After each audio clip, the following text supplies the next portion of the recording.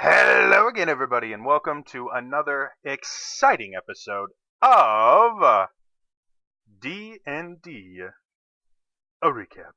That's right, folks. This is the show where I do really, really, really bad drawings and retell the stories of the uh, people that I run through D&D Encounters on Wednesday nights.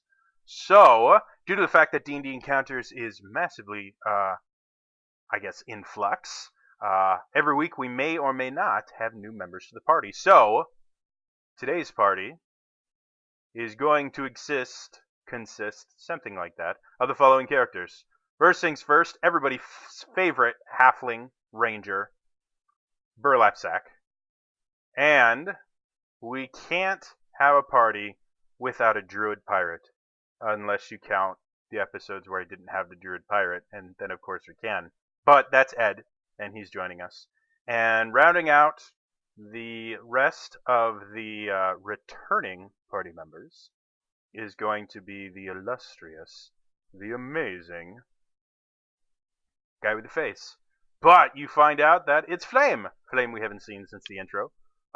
So yeah, Flame is going to be joining us, plus two new people, which is going to be fun. So let's introduce our new people.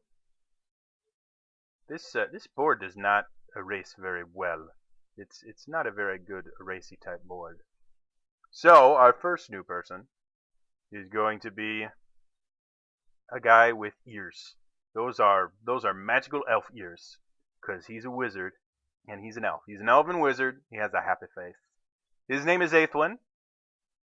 So Aethwin, a magic wizard with magical elf ears.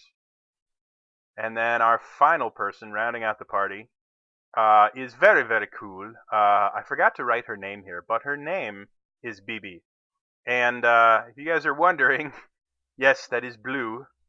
Those are pigtails. They are blue pigtails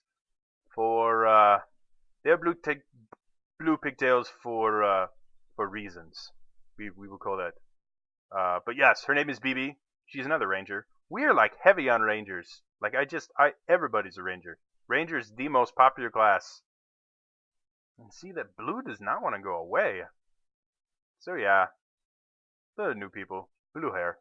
I like blue hair. Blue hair is cool, guys.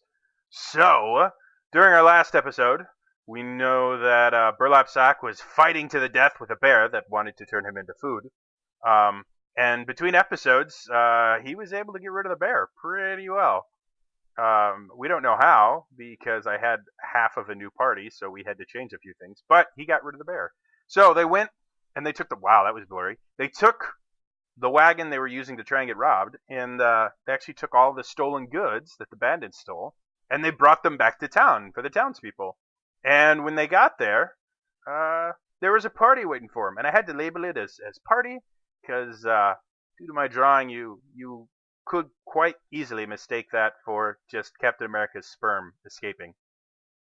So, yeah, they came back to town and had a party, because people were really happy that they were able to get rid of all the bandits and get all their stuff back. So there's my really bad drawing of a table. See? There's multiple levels to that table. So everyone, there's Ed, the druid pirate. Because pirate druids are awesome, man. They're awesome. So Ed's sitting there, and he's enjoying stuff. And he's drinking, enjoying the party they're throwing for him. And then Flame's sitting next to him. He's like, yeah, party on! And there's Burlap Sack, who's just kind of enjoying himself. And finally, we have Aethwin sitting there. And on the very end, we've got BB. BB with her blue hair. Blue hair. Blue hair, baby. And she's kind of chilling. Everyone's enjoying themselves. And then out of nowhere, this little girl that I had to label, because you probably couldn't tell, this little girl comes up. And she talks to BB. Because she's like, you guys are so awesome. And can you, there's a scary ghost. Can you scare a ghost away? So, obviously, there's really only one response to someone asking you if you can take care of a scary ghost. And that is to say, I ain't afraid of no ghost. beady, beady, beady, beady, beady, beady. And I drew notes there that have nothing to do with the actual song. It just, there's, that rhythm is wrong. Because they're the wrong notes. And they also have no pitch, but whatever. So, they decide to go check out this haunted tomb where this little girl found a ghost. And so this is my haunted tomb. It looks remarkably like pie. And that's there. And it's a haunted tomb, so that people know it's a haunted tomb. There's always floating text in Faerun. There's floating text everywhere. So they go into this haunted tomb and they're exploring around and they come to a haunted door. Because that's how it works. And they're like, maybe we should open said haunted door. Which makes perfect sense. So they open it. Massive, massive noise. There was all this stuff. And for those of you wondering, those are not ears. Those are sound waves. So when they opened the door, it was booby-trapped to make crap tons of noise. And so Burlap Sack is sitting there, and he's like, my bad, guys. I made lots of noise. Whoever set up that booby-trap, we are fairly certain they know we are coming. Like, that, no one is going to deny that fact. So they kind of have a little powwow, try and figure out exactly what they're going to do. Obviously, the bad guys know they're coming. My drawing is so awesome. There's my pirate. And I just put faces on everyone. Too many faces. So, that's the lovely pirate druid. And there's Flame. And you notice they've broken themselves into two groups. And there's BB there. And then obviously the other one, I don't know why I didn't draw his ears first. Because that's all in the same color. But that's Aethwin. So Burlap Sack's like, you know what? I'll go first. He was the one with the most hit points, being one level higher than everyone else. Everyone else was like, you know what? We'll stay in the back. You know, that way when something kills you, we can stay back and fire things at it, so we can kill it before it kills us too.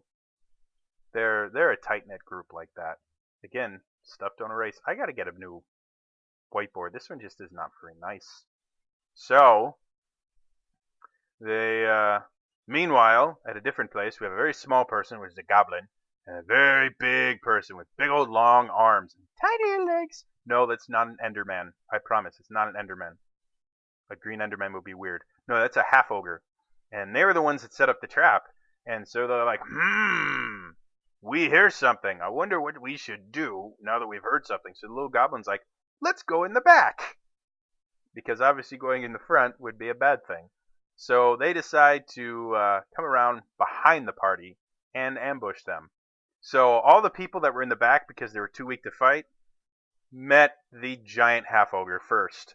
And the first person he met was, unfortunately, he met them with a battle axe. That's an axe. I can hear you. It's an axe, okay?